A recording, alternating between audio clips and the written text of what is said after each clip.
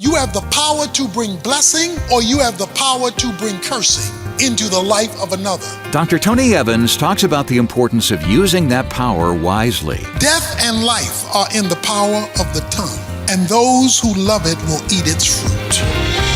This is The Alternative with Dr. Tony Evans, author, speaker, senior pastor of Oak Cliff Bible Fellowship in Dallas, Texas, and president of the Urban Alternative.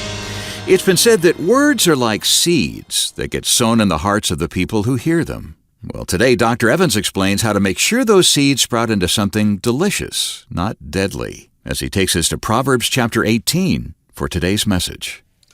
A Greek philosopher asked his servant to provide the best possible meal for his guest.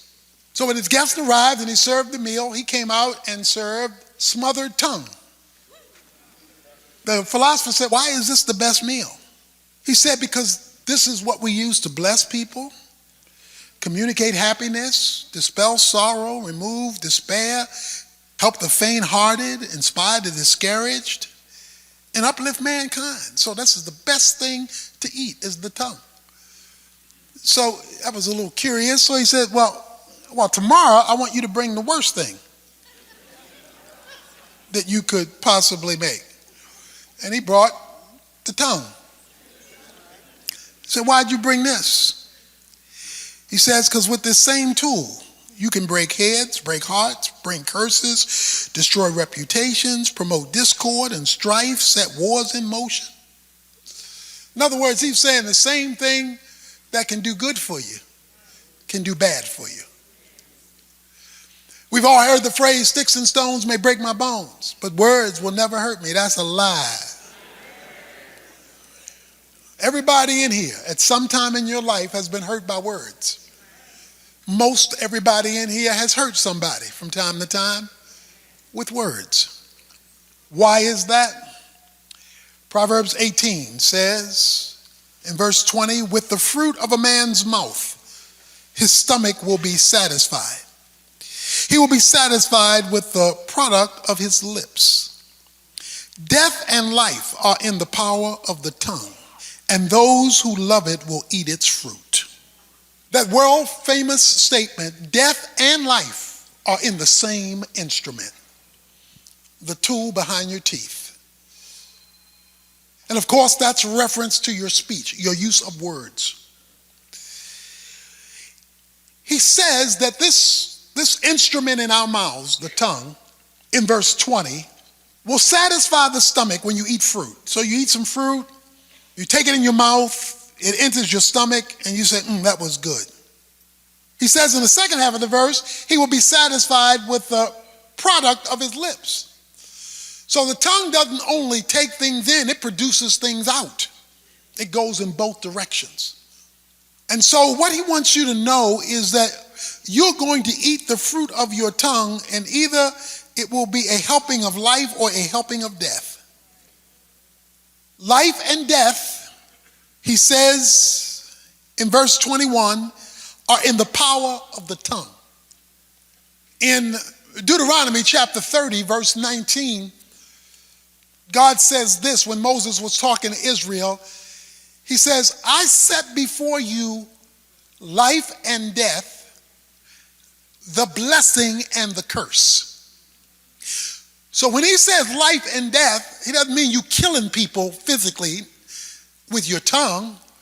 He means you're bringing blessing or cursing with your tongue, which he calls life or death. Life is the enjoyment of the favor of God.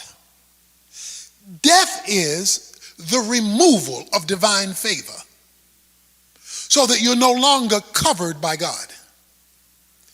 So when he says that there's life and death in the power of the tongue, he says you have the power to bring blessing, or you have the power to bring cursing into the life of another. Proverbs 15 verse 4 says, "A wholesome tongue is a tree of life." In other words, you're supposed to, with your speech, breathe life into others. Because remember, it's a tool of life, that is, of blessing. And he calls it a powerful tool. Life and death are in the power of the tongue. We use our tongues flippantly to say what we think, say how we feel. But the question is, do we use it powerfully? There is power in the tongue to create blessing, and there's power in the tongue to create cursing. Some of us still haven't recovered from things that were said to us. That tongue was so powerful, we still haven't forgot it, and it happened when we were a kid.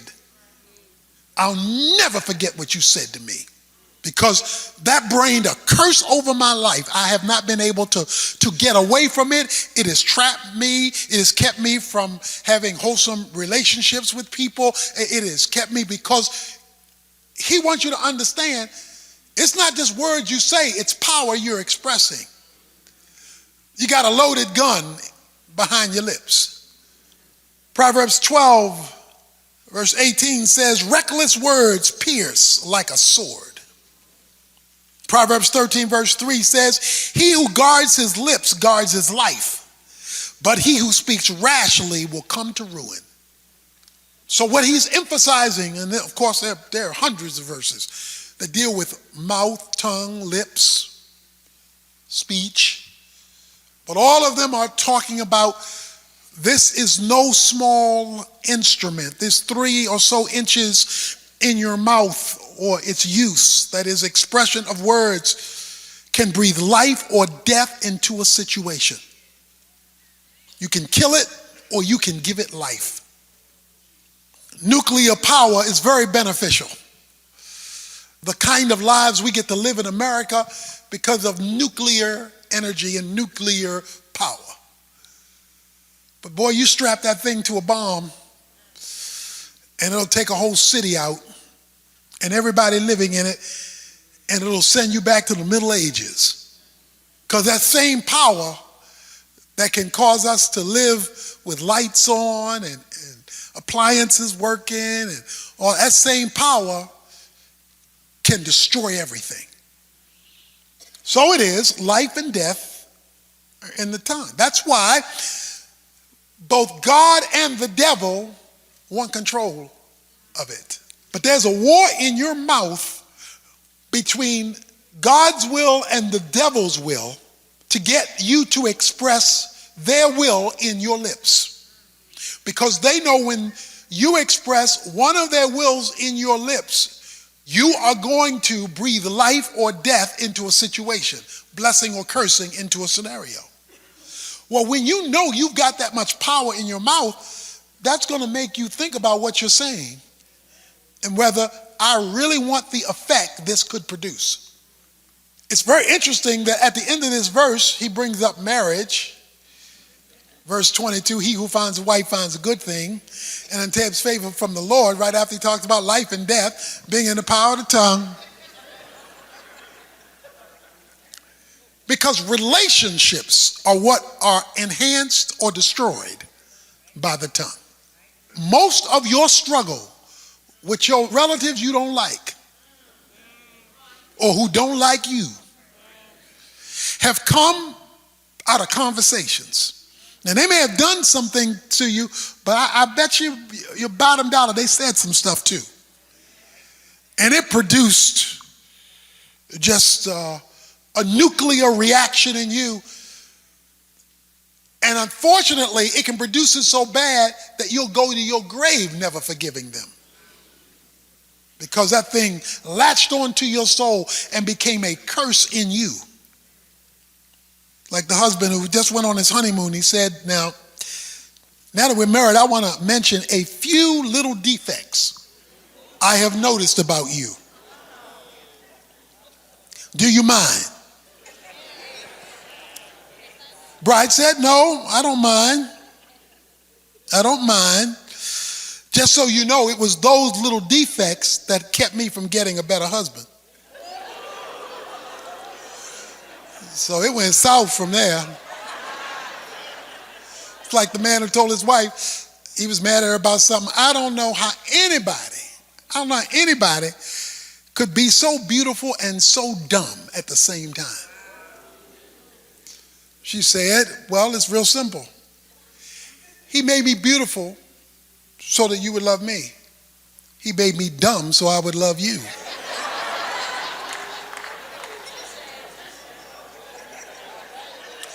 Because folk be killing each other with their tongues. Sometimes life and death can take place when the tongue doesn't do a thing. But words still do. Like the couple, they weren't talking to each other. They were not talking to each other. They weren't going to speak to each other. They were mad at each other. And so since he was mad, he wrote a note. He wrote a note. It says, wake me up at 5 o'clock so I can catch my flight. Because they had to go on a business trip. Wake me up at 5 o'clock so I can catch my flight. But he wasn't talking. He put it on her side of the bed. He woke up at 8 o'clock. Missed his flight. So he's ticked off. I told you to wake me up at 5 o'clock. She pointed to a piece of paper next to him. It's 5 o'clock. So she ain't talked, but she was speaking.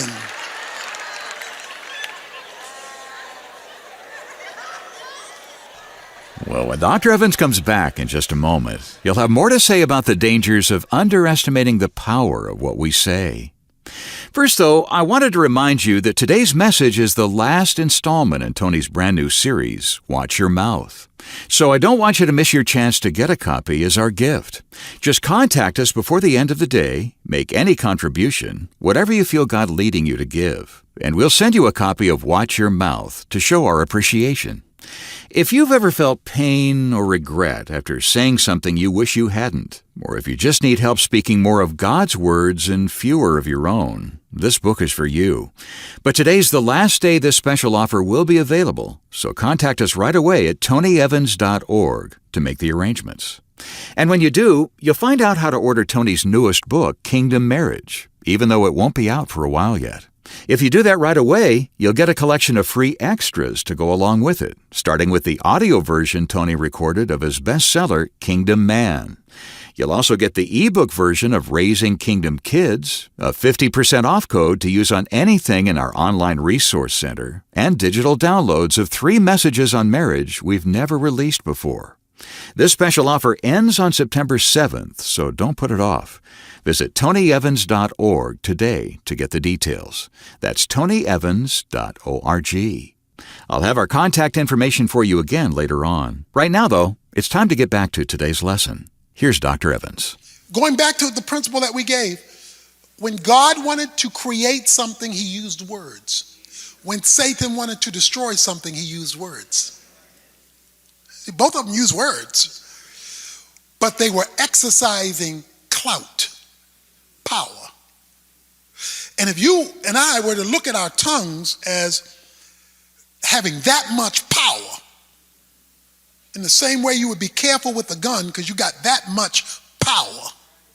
And I know we're not perfect, but in terms of perspective, when you say this thing has power to bring things into being for good or for bad, then of course there will be concern about what I say about in light of what I'm trying to achieve. You know? Colossians chapter 4, verse 6. Paul the apostle talks about speech, and he says in chapter 4, verse 6, let your speech always be with grace. Now, how often? Always be with grace. As though seasoned with salt, so that you will know how you should respond to every person. Now, what catches me there is the scope. Because the scope in that verse, he says always and every. Anybody like to put salt on your fries?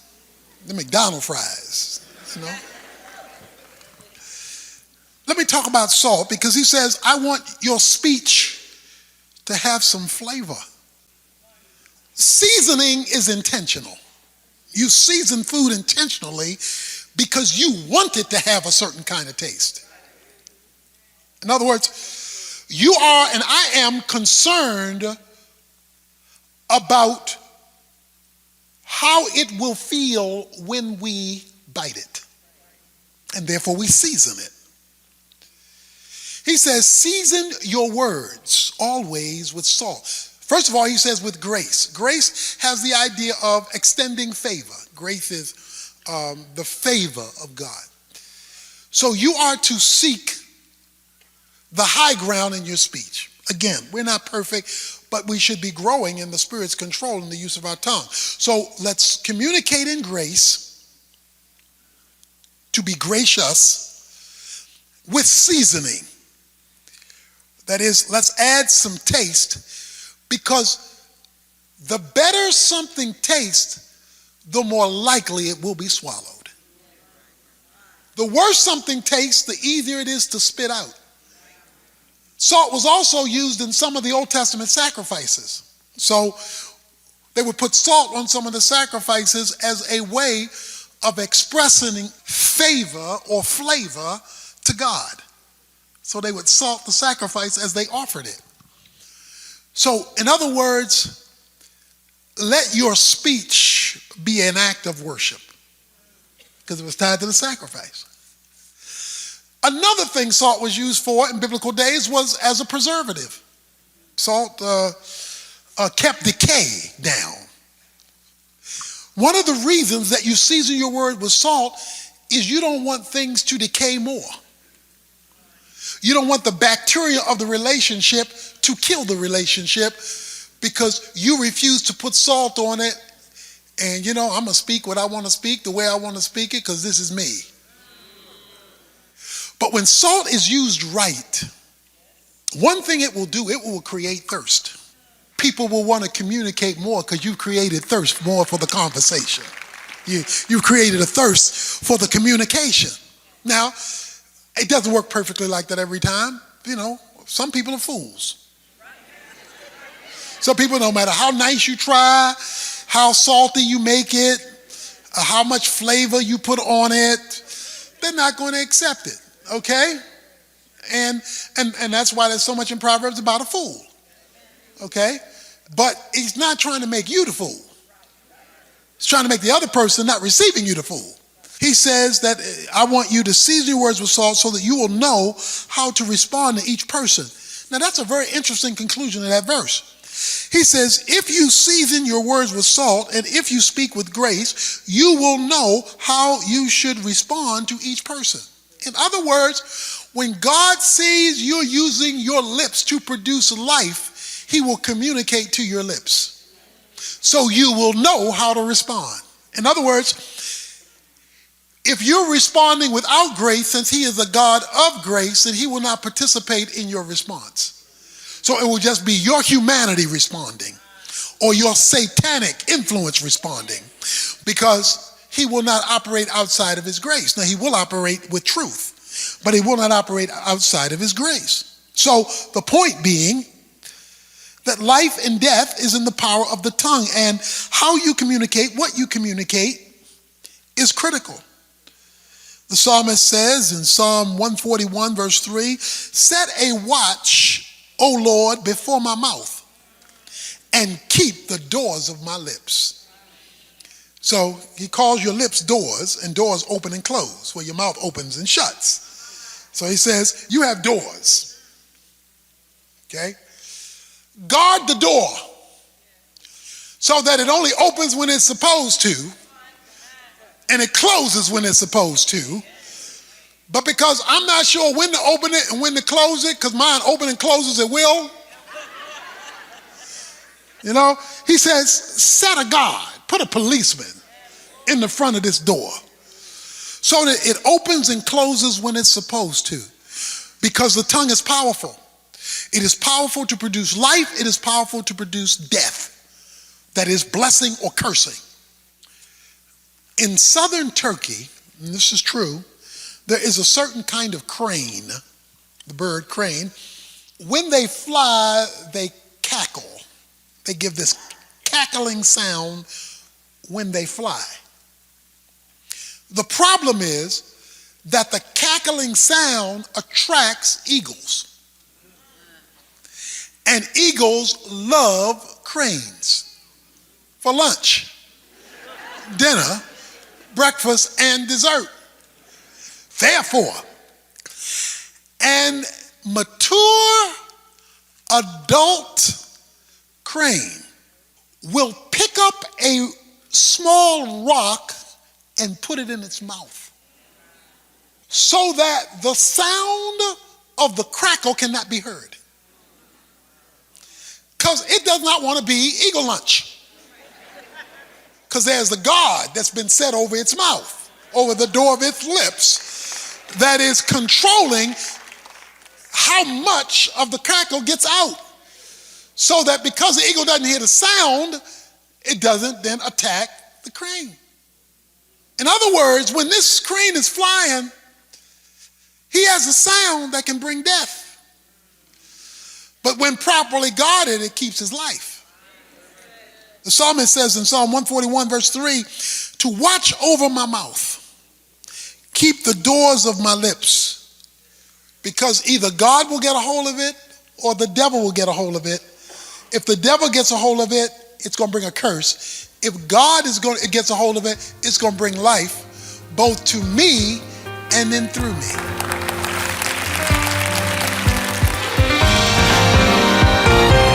Dr. Evans will come back in a moment to wrap up today's message and our current series with a challenge to spice up our speech God's way.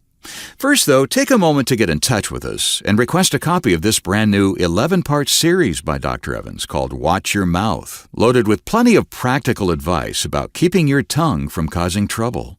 It's perfect to share with your Sunday school class, small group, or Bible study. You can find out all about it by visiting us online at tonyevans.org. When you do, don't forget to check out that brand new book I mentioned earlier, also called Watch Your Mouth. It builds on what we've learned in our current study, and if you contact us before the end of the day, it's yours with our thanks when you help us keep Tony's teaching on this station with a contribution of any amount. At the same time, be sure to pre-order your copy of Kingdom Marriage so you don't miss out on all those free extras I told you about. Again, details are waiting for you right now at tonyevans.org, or call us at 1-800-800-3222. where staff members are always on hand day and night to help you with your resource requests. Again, that's 1-800-800-3222. When you ask somebody how they're doing, they might say something like, fine, under the circumstances. But Dr. Evans says believers were never meant to live under their circumstances. So tomorrow, he'll launch into a series that explains how to get more out of life, no matter what your situation looks like. Right now, though, he's back with these final comments for today. So here's what I want you to do. The people in your life, whether it's family, whether it's friends, I want you to, on purpose, salt it down. I want you to put some flavor on your speech. Without compromising the content of truth, I want you to disarm them. They're used to you coming back at them the way they come at you.